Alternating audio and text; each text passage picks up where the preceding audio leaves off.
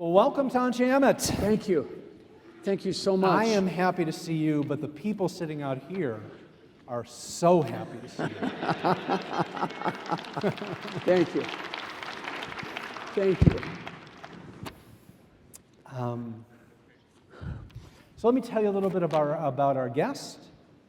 And I just want to start by saying that our opportunity for a conversation today speaks to the importance of being part of a participatory democracy. And that our hope is that our congregation appreciates not only the privilege, but the obligation to participate in this great American experience. And so we're very honored that both mayoral candidates will be joining us, and Paul Vallas is with us today. Born and raised in the city of Chicago, Paul, I may call you Paul? Yes, okay? please. You can call me Michael, by the way. You also served with distinction in the American military, as does, I think, your children as well. Yes, my two sons and my father. We thank you for that service.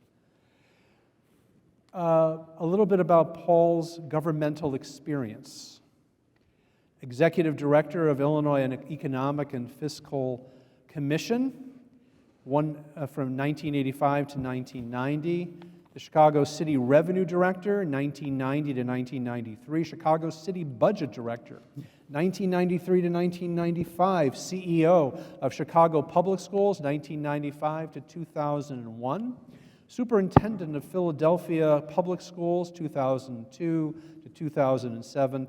Superintendent of the state-run Recovery School District in New Orleans, 2007 to 2011. Worked in post-earthquake school districts in Haiti and Chile from 2010 to 2012. Superintendent of schools in Bridgeport, Connecticut, 2012 to 2014. Chief Administrative Officer, Chicago State University from 2017 to 2018. Thank you for your public service. Thank you. You've also run for governor. You've also run on a ticket as lieutenant governor. And you have also run for mayor of our city in the past as well. Your campaign slogan is Paul for All. A little bit about Anshe Emmett, so we can introduce ourselves to you. This congregation will, God willing, be celebrating its 150th anniversary next year. It's one of the oldest Jewish congregations in Chicago. It is the largest conservative congregation of the conservative denomination in Chicago. And we're very proud of this congregation. We are also proud to be in partnership with some wonderful schools, the Bernard Zell Anshe Emmett Day School and the Chicago Jewish Day School as well. My questions to you today are a combination of questions. Part of them are questions that I was privileged to ask you at a mayoral forum at DeSable Museum a few weeks ago. But the bulk of the questions that I'll be asking you today were submitted by members of our community. So I am representing proudly the people in this room. So let me begin. If you are elected mayor of the city of Chicago, what would you like to say that your biggest accomplishment was at the end of 4 years? Well, you know, there's so many issues that are priorities, and obviously there's no bigger, most immediate issue than public safety. So I'd like to answer it this way. So clearly, I anticipate a public safety question later, so I'll defer talking about how I'm going to address that issue until I get that question. But I've said in every area of the city that I've spoken that my legacy will not be that I was able to ensure that public safety, which is a human right, was extended to all the communities. My legacy will be what I did to address the underlying causes of violence and social dislocation, and that has long plagued the city and is at the root causes of so many of our problems.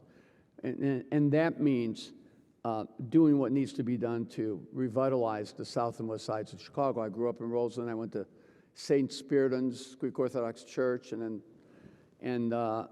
I grew up in this community that was, at the time, an extraordinary community. And like so many communities, they've been long neglected.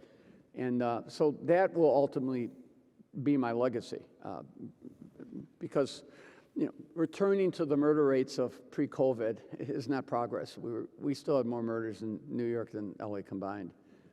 We have got to address the underlying causes of violence, and we've got to invest in those communities. And when I went before the City Club, these campaigns are endless. You kind of lose, was it 2 months ago? Was it 3 months ago? I actually did not talk about public safety, which I've been talking about and doing op-ed pieces on for the better part of 2 to 3 years. I talked about how to redevelop those long neglected communities, and that became the focus. So ultimately, that will be on my epitaph. That will be a sign that I put the city on a permanent track, because if the city is going to grow, it has to grow from within. And if it's going to grow, it has got to revitalize those communities to the benefit of those who live in those communities, if we're truly going to be a prosperous city. Because if any one area of the city is unsafe, we're all unsafe. If any one area of the city is not prosperous and thriving and growing, then the city is not progressing. So let's continue this conversation about crime. We don't need to go through the statistics or say that crime is at the top of a long list of issues that concern people sitting in this room and people throughout the city of Chicago. So what distinguishes your approach from your opponent, and why do you think it will be more successful? Well, first of all, my approach, and if you followed me in all of my forums, really for the latter part of the year, I've really tried to focus on the issues and kind of deflect the attacks. It's been a very difficult campaign, because when you've done the stuff that I've done, not only in the Chicago Public Schools, but when you went to Haiti 40 times, got hospitalized 3 times, and for 10 years was finance chair of Sean Penn's organization called CORE, which took care of 50,000 displacations and other things. And when somebody's calling you a racist, you find it extraordinarily offensive. But you have to stay on record, because my opponent's trying to make this about race when it's really about resume. So at the end of the day, I found that I've had to push back and to draw these distinctions. Besides my opponent never having managed anything, and my opponent bragging about being a teacher and that being the best job he ever had. He was a teacher for 4 years, and he's been a union organizer, union lobbyist ever since. He has been a long-time defender of the police. Just look at what they did to the sheriff's office and how they effectively defunded the sheriff's office and attempted to reduce the sheriff's office budget significantly. And of course, he has openly advocated for cutting the police budget by $150 million. He claims he can't fill the police vacancies fast enough, and his only strategy is to promote 200 detectives. Incidentally, New York has 6,000 detectives. So clearly he has no policy. So what really distinguishes him from me is I've laid out a very detailed strategy for restoring police strength and ensuring that we have effective community policing that's consistent with the consent decree.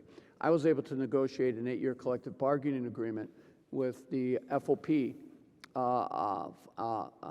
by invitation of both the FOP and the city. Jim Francis incidentally spoke to my role in getting that contract settled, and he was promptly fired by Lori Lightfoot when he talked about how I saved the contract after 30 years of labor negotiations. And I was not only able to keep 2,000 police officers from leaving who were on the verge of retirement and would have retired had they not waited a 5th year without getting their pay increase or retro checks, but it included all the accountability provisions that were being demanded from the Fraternal Order of Police.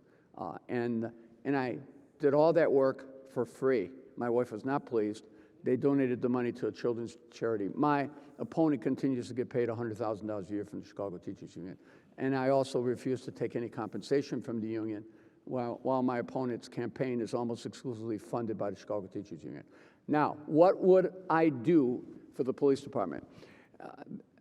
My first step would be to really purge the existing leadership and promote people into the exempt positions and executive positions based on time and grade and training in their record, the same way they promote in the military. That will immediately restore morale. I will push police down to the local beats. Only 53% of our police officers are actually in the districts, and we need to return to community-based policing. I will support the police. I will support proactive policing, because you can ask any police officer on the street, and they feel that they're not going to be supportive if they make an arrest, if they chase somebody, if somebody steals a car, if somebody's looting a store, if somebody's damaging public and private property. And I will return police officers to a humane work schedule. We have seen the statistics of police suicide. My son in San Antonio has had 2 friends commit suicide in the last year with young children without explanation because of the tension and the stress of being a police officer. My middle boy is a tactical officer. So if I do those 4 things, a couple things are going to happen. The first thing is the exodus that has seen 1,000 officers leave a year for the last 2 years is going to dramatically slow. Officers will remain if I'm mayor and if I do the things, the previously mentioned things that I articulated. It's also going to make becoming a police officer again much more attractive. When my son returned from combat, he was a combat medic with the 5th Marines in Afghanistan. He couldn't get on the list to even take the police exam, let alone pass the exam. So he became a firefighter and graduated #1, and now he fights fires in Inglewood. So the point is, I will be able to quickly begin to fill the ranks. I will quickly begin to increase the number of officers.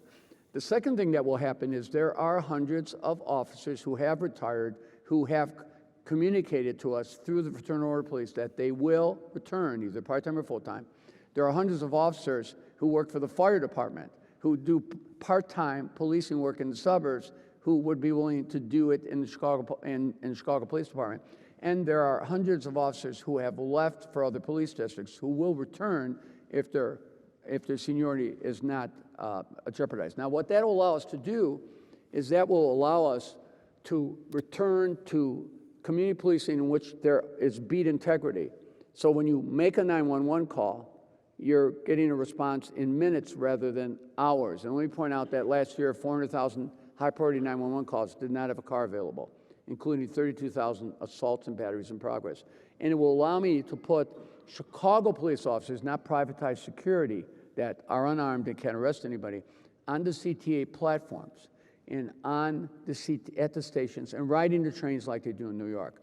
Because right now, the CTA, after COVID runs out, will be on the verge of financial collapse because the ridership is so down and the fare box is only sustaining 18% of the operating budget.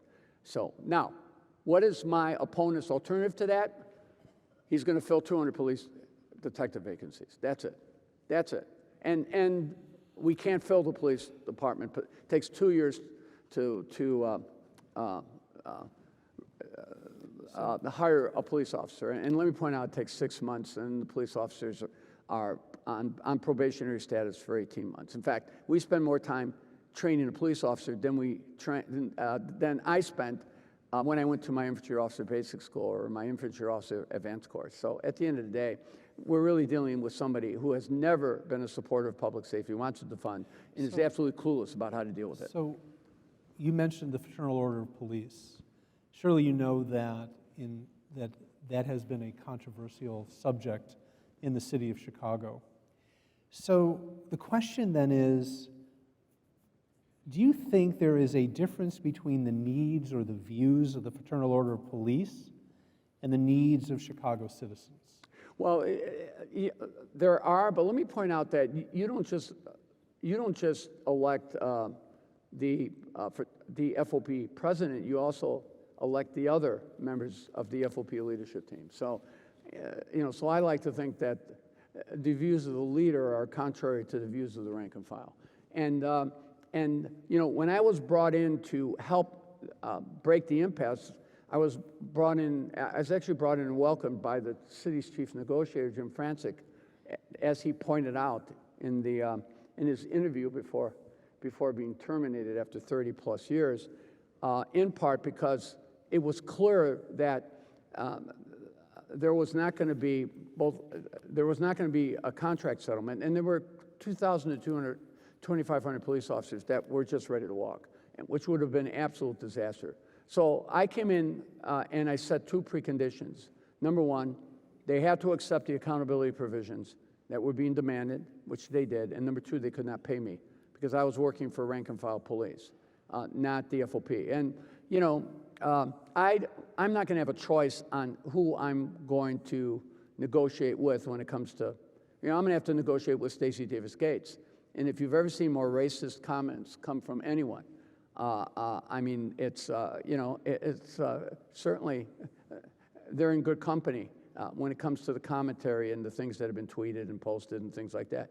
So I'm going to have to deal. I'm going to have to, because she's, no matter how slim her margin of victory, she's the head of the union. I'm going to have to deal with 26 union heads. But the bottom line is my work on behalf of the city was to basically resolve a contract which, had it not been resolved, would have totally decimated the rank and file, and then our problems would be more significantly magnified. Well, speaking of safety, the Anti-Defamation League reported that anti-Semitic incidents in the United States reached their highest level since the ADL began recording them in 1979. The incidents include assault, vandalism, harassment, have increased more than a third in just 1 year and reached nearly 3,700 cases in 2022. So to put this statistic in some context, in 2013, the number of incidents was 751. So in less than 10 years, we have gone from 751 to 3,700. How will your administration respond to this in particular, as well as all those others who suffer from hate crimes in the city? Well, I think from a public safety standpoint, before I get into what needs to be done on a non-public safety matter, is for the city to enact its own public safety ordinance. The city is a home rule unit, which means we have the capacity to implement our own public safety ordinance. We can actually impose sentences and prosecute and impose sentences for people who commit hate crimes. So we have the power to do that. And so my first order of business would be to pass an aggressive public safety ordinance that does just that. Because we obviously, the Jewish community has always been a target, and in many ways always a larger target than many others, but I mean, we've got hate crimes against the LGBT community.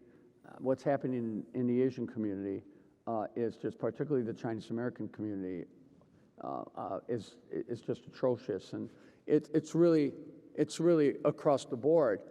So what we have to do is we have to have a zero tolerance when it comes to hate crimes, and we have to have a zero tolerance when it comes to attacks on police officers, which has grown by 400% increase in shootings. We've got to have a zero tolerance when it comes to intimidation and attacks on witnesses and victims. I mean, we've got a huge crisis in this city in terms of domestic violence. The number of domestic violence shootings this year alone is up 60%.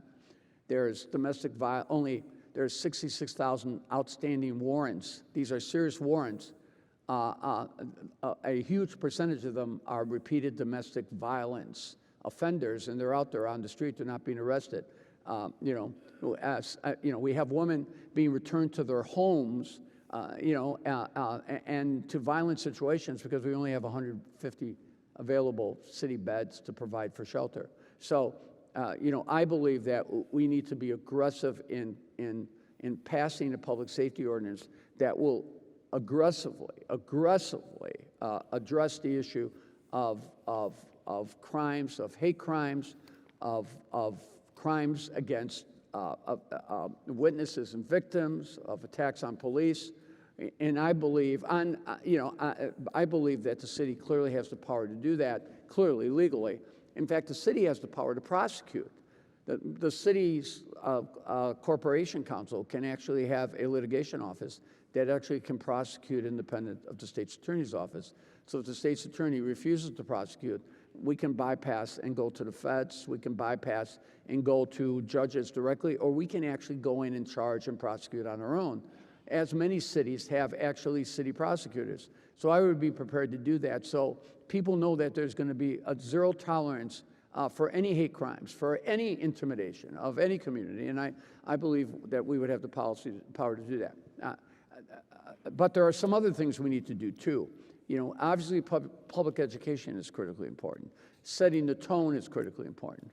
Bringing the community together so there is a collective effort to combat hate and intimidation is critically important. And also educating our kids.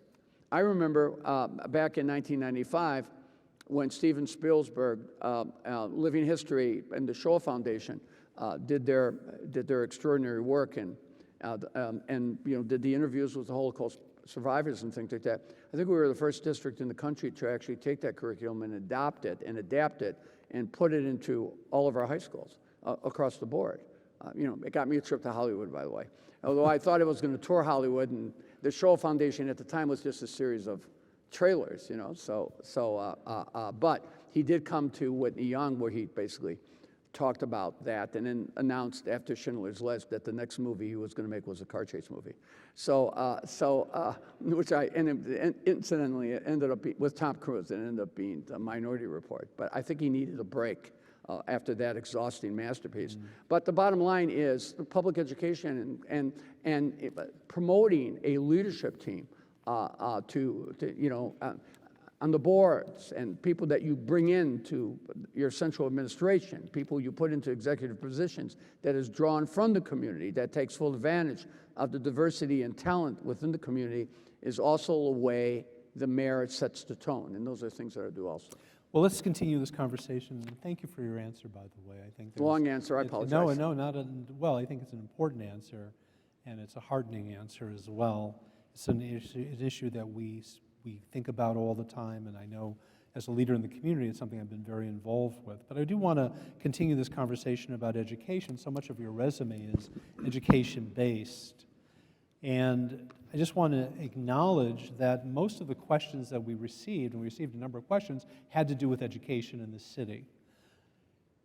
The 2023 budget for education in this city is $9.4 billion. That means that about $29,400 is spent for 322,000 students. Meanwhile, over the past decade, enrollment is down 81,000 students. I think my statistics are correct. So what has changed since you were in a position of leadership in Chicago overseeing education? What's gone wrong? And what can you do to turn this around? When parents are writing to me saying that unless we raise money in our school, our children will not have a music program, right? In other schools, if they're not raising money, their children won't have a sports program.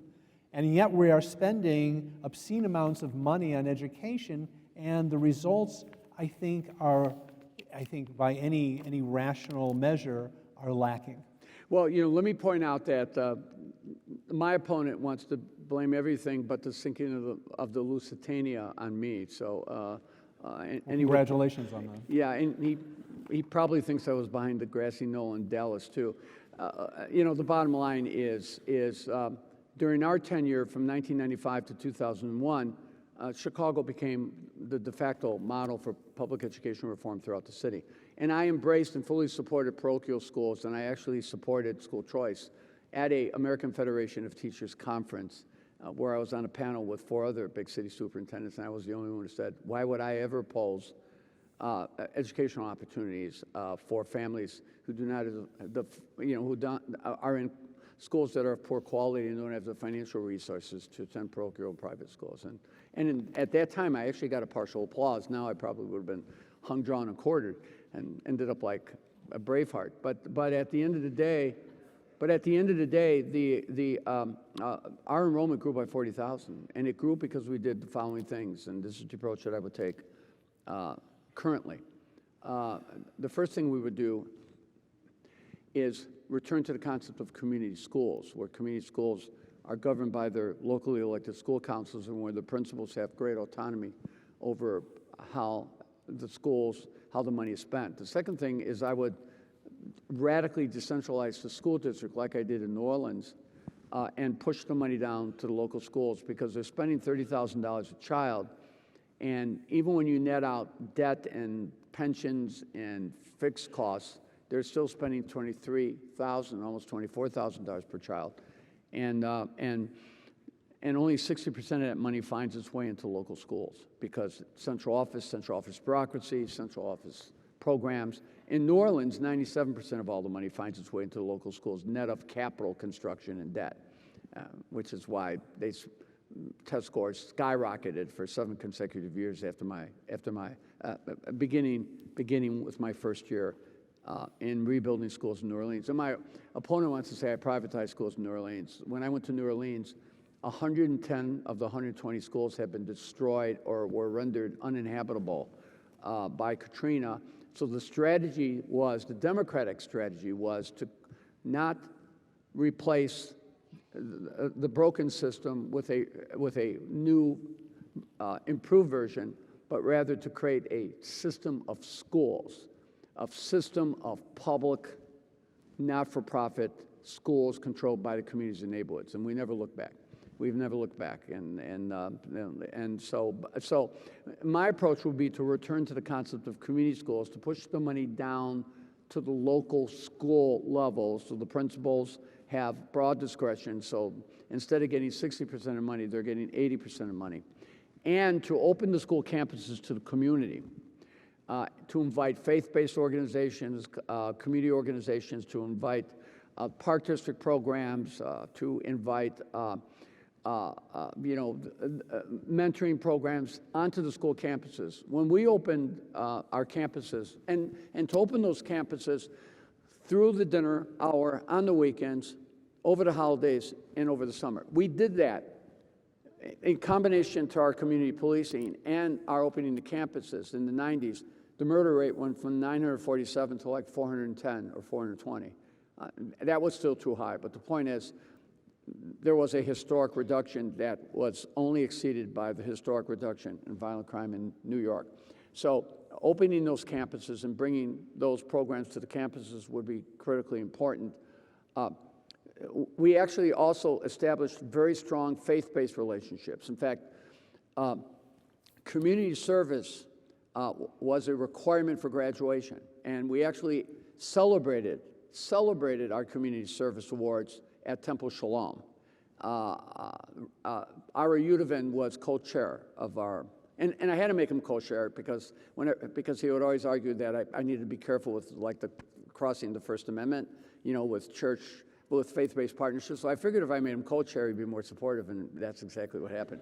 So, especially when he got to go to meet Steven Spielberg, and no, he did a great job with us. But Clay Evans, the late Reverend Clay Evans, was also the other co-chair, so it was a great dynamic. So those are things that I think could be transformational. And I also think we need to do one other thing with our schools, which is to really create universal work study, like the Crystal Ray model.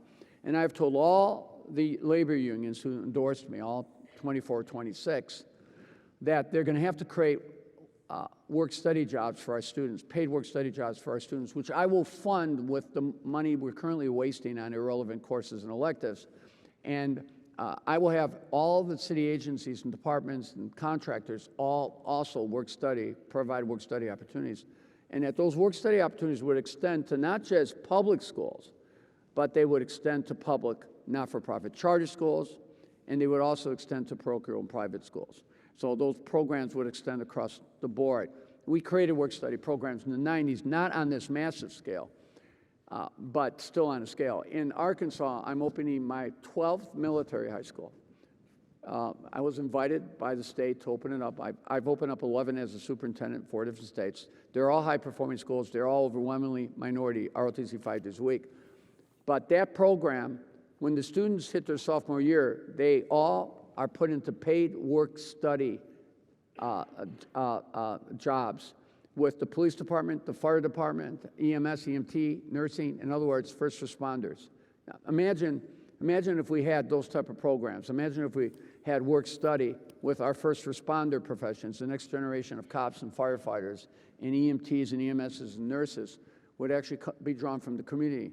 Our problems of relationships between the police and the community would be significantly improved if the police who were serving those communities were actually people drawn from the community. So that's the approach that I would take. I want to make one final point, too, is we need to take these buildings that are empty or mostly empty, and we need to expand alternative schools, because we have 50, 60,000 young people aged 18 to 25 who are not in school and do not have jobs.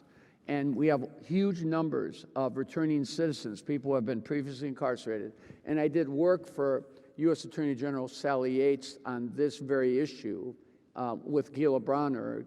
We partnered and we did work in the U.S. Department, the Justice Department on the whole issue of reentry programs.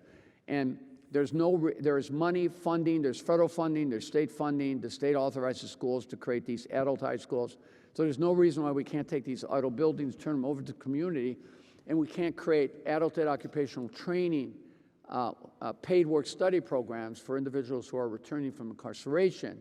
Because like on the south side of Chicago and Roseland, half the men are in some phase of the criminal justice system. And we've got to deal with this reentry population. And those are all things that I've articulated, not only 4 years ago when I ran, but those are also things that I've articulated in my education plan. In the past two administrations, we've seen two very different approaches to the pursuit of global business opportunities. Mayor Rahm Emanuel worked to establish Chicago as a global technology hub and put our city on the digital map. Mayor Lori Lightfoot took a very different approach with very different results. Where do you stand in regard to the approach of our past two mayors? What's your plan in making Chicago a more business-friendly community? Well, it's when it comes to first of all, I don't think there was a better salesman for Chicago than Rahm Emanuel. He certainly matched the mayor, came close to matching Mayor Daley when it came to promoting the city. And certainly as a technology hub. Obviously we have a very diverse economy that has to be, that has to be fully supported across the board. So, for example, I think Chicago could easily become a center for urban agriculture with all the land that we have, vertical farming, given our geographic location, there are so many economic sectors that could find a home in Chicago, and that should thrive and should be promoted.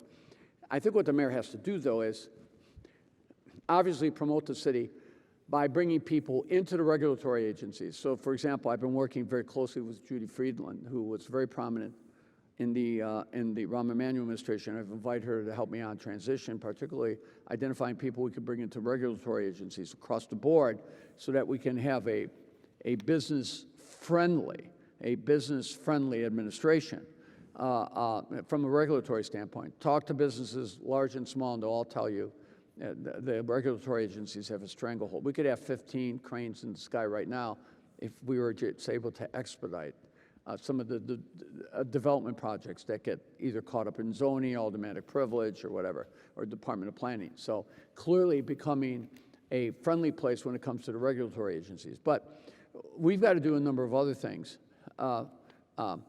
We've got to restore public safety, because every business group I talk to places public safety at the top.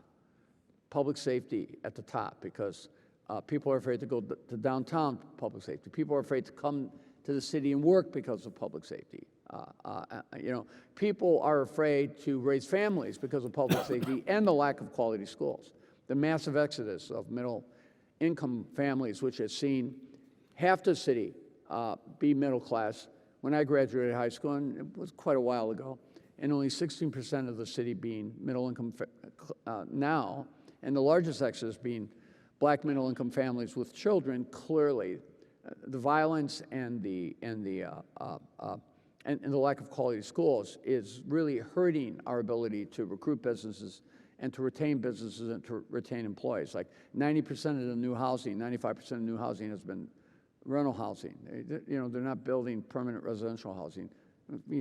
People have the financial means, they have children, they eventually move to the suburbs where they don't have to pay the extra money for schools, safe and secure place. So public safety and quality schools is critically important if we're going to grow a workforce, sustain a workforce, and if we're going to rebuild the middle class. And obviously creating an environment that is friendly to business is critically important too.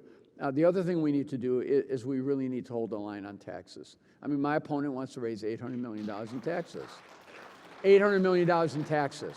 Income tax, which incidentally would require statutory. The Illinois legislature to approve. And now then he said it was a commuter tax, which I think would be destructive on new business attractions. And now he says he really never opposed that, like he proposed that, like he said he never proposed defunding of the cops, although he said that it was a public policy statement. So I think if it's a public policy statement, you're kind of proposing it. But the point is, but he also wants to impose a tax on jet fuel, which would, of course, require the approval of the industry. Head tax, real estate transfer tax, hotel motel tax. So the bottom line is the city controls $28 billion in spending. You've got a school system, that includes the schools, the CHA, the whole 9 yards. The schools are spending $30,000 a student. We're diverting $1.1 billion in tax increment financing revenues a year off our property, to the top of our property tax base. And we've had $1 billion in tax increment financing surpluses the last 3 years. And of course, I think between the city and the schools, we're still probably going to have about $2 billion in unspent TIF monies out there. And we want to raise taxes, $800 million. So at the end of the day, I'm running against a guy who was a school teacher for 4 years and a community organizer or union organizer for 10. And I've been managing multi-billion-dollar budgets since 1993. And let me point out, I left the city with 13 bond rating upgrades and fully funded pensions, contrary to popular belief or his rhetoric.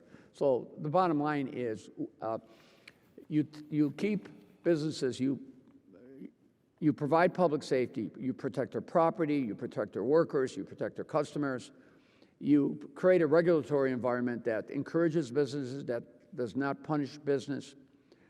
You hold the line on taxes, fees, and fines so businesses have financial predictability, and you address the type of quality of life issues that will make people want to come in and live and work and raise their children and have their children raise their children in the city of Chicago. That's how you create conditions ripe for growth. And if you do that, and perhaps just pay a little attention to what the business groups are actually recommending and suggesting when it comes to reinventing Michigan Avenue or revitalizing the Austin community, if you just do more listening than dictating, I think that'll create an environment that will be conducive to the growth of many industries in the city of Chicago. I'm going to offer one more question. I know Okay.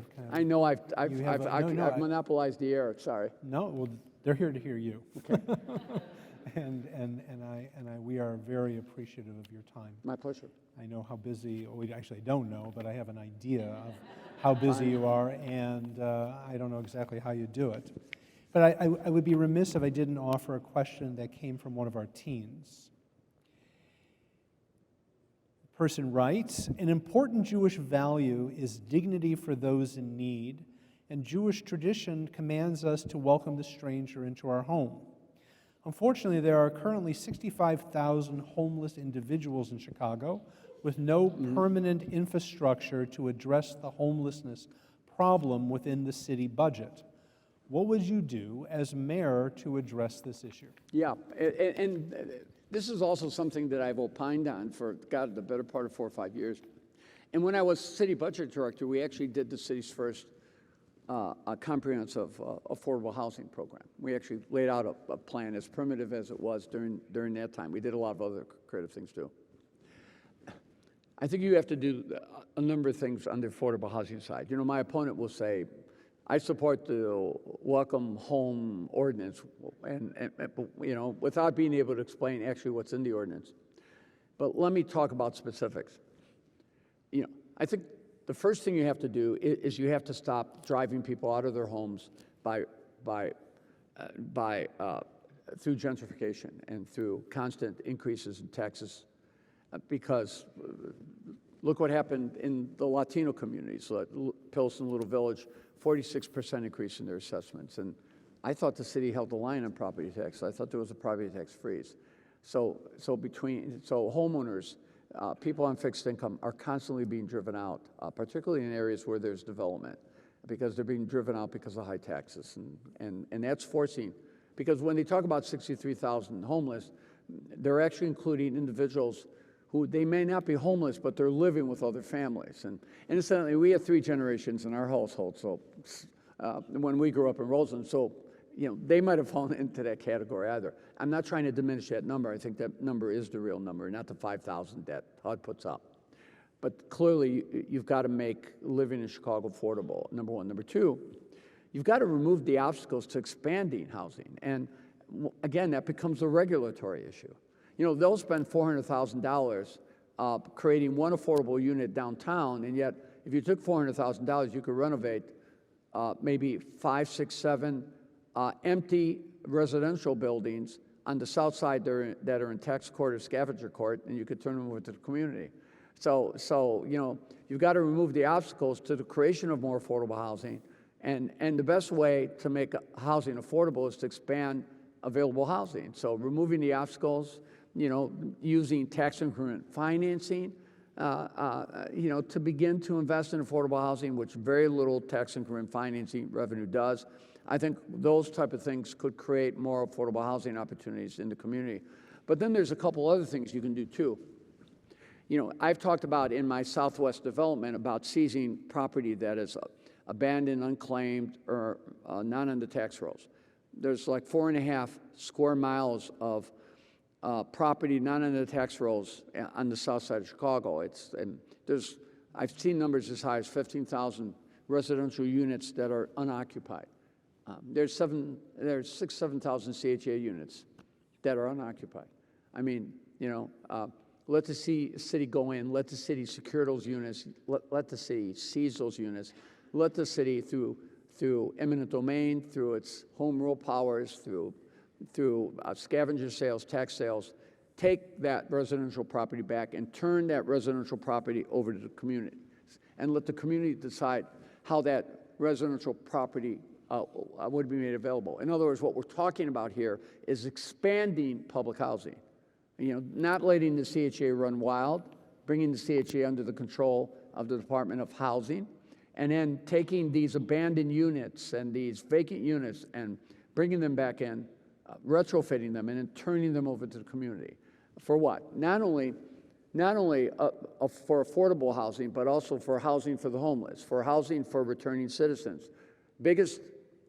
Two of the sources of homelessness in the city in terms of populations is returning citizens and drug addicts. I lost my youngest son to chronic drug abuse. The only time he was clean was when he was with me in Haiti. And when he came home, he would sometimes disappear, and God knows where he was, and then we find him again. And he was in California when he passed away, but at least he was in a warm climate because he was constantly just running among the homeless.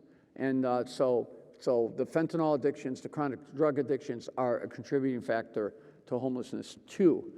So being able to provide residential housing for returning citizens, for people who are undergoing drug rehab, to families who are homeless, or just providing available affordable housing for people who are in need of affordable housing. You know, I think taking these units and returning them to the allowing them to be occupied again is critically important. I also believe that communities need to have domestic violence shelters for women and children who are the subject of domestic violence abuse. There's been a 60% increase in domestic violence shootings this year alone. The police are only responding to 10% of the domestic violence threats, And 95% of the time, it's probably even higher than that, individuals who are the victims of domestic violence, the abuser is actually not charged and returned to the home. One of the reasons my oldest son, who was a police officer in Wheeling, decided not to become a police officer or leave and become a firefighter instead was because he was getting so angry at the domestic violence complaints and the fact that these men were being returned to the homes that he was afraid that he was going to lose control. And what my son used to do is he used to visit the home of somebody who had been abused on his own, to knock on the door to just let that individual know that somebody was checking in. So my point is, you could also use these buildings to provide domestic violence shelters to women and their families, individuals who have been abused. So I like to think that I've laid out a comprehensive strategy for addressing the issue of homelessness, because homelessness comes in different sizes and different shapes. And I want to make one more recommendation, and that's to remove the obstacles that prevents people who own apartment buildings from converting unimproved space to garden units. There's 125,000 apartment buildings in Chicago that have unimproved space that could be converted to garden units. And if you remove the obstacles, whether it's zoning, whatever, to the conversions, and maybe you give them a property tax exemption so that they won't see their assessments increase, at least for a period of 2 to 3 years, once they convert and they add additional value to their building, you could create 125,000 plus units in a period of 2 to 3 years. So I've laid out, really for the better part of 4 years, kind of a comprehensive approach for addressing the issue of affordable housing and of the need to provide housing for the homeless, returning residents, individuals who are the victims of domestic violence. And these are things that these are not money issues. It's just simply an issue of prioritizing and an issue of allocating resources and taking advantage of the properties that are already there. Last thing, and it's not a question actually. This is these conversations are sort of job interviews for candidates. On April 4th, the city is going to vote. And one of the questions that I ask, like most people when I interview someone, is why are you the best person for the job? So what's your elevator speech for that? Well, my elevator speech is I'm a born and raised in Chicago, lifelong public servant who has always taken on the toughest jobs. All the jobs that I've articulated that I've been involved in have been by invitation. And regardless of, my wife at 10 o'clock at night, with her 2 artificial hips, puts on her uniform and she goes to work at Midway, where she works for TSA. And she works the midnight shift. And the reason she does that is because going to New Orleans, going to Haiti, working in Chile, doing the international work that I've done all those years, I probably lost 15 years in pensions. And, I was a superintendent. I should be running around like when Brandon Johnson retires from the Chicago Teachers Union, he's going to have a teacher pension that has a net worth of about $2 million, despite the fact that he's only taught for 4 years. So, and I'm not crying poor by any stretch of the imagination. I have a very, very, very modest pension, and that allows me to sustain myself. But what I'm saying is, the Vallas family has always been about public service and has always been about sacrifice. And I think that's what you want in a mayor, somebody who puts the public interest first. Public safety, public service has been my obsession, has been my vocation, has been my occupation, has been my source of pride, my sense of identity throughout my life. And I think you need a mayor that is a lifelong public servant, someone who has demonstrated a willingness to make sacrifice, and most importantly, somebody who has recognized that you're not successful unless those who have the fewest resources, against those who have been most neglected, against those who've had the fewest opportunities, unless their needs are addressed you know, and dealt with, because ultimately that will define me. I think that is what has always defined me as a public servant, and ultimately that is what will define me as a mayor, and that will be the prime determiner as to whether or not I'm a successful mayor, or I'm just, you know, another name out there that, you know, occupied this space for 4 years, and at the end of the day, the city didn't become any better because of it.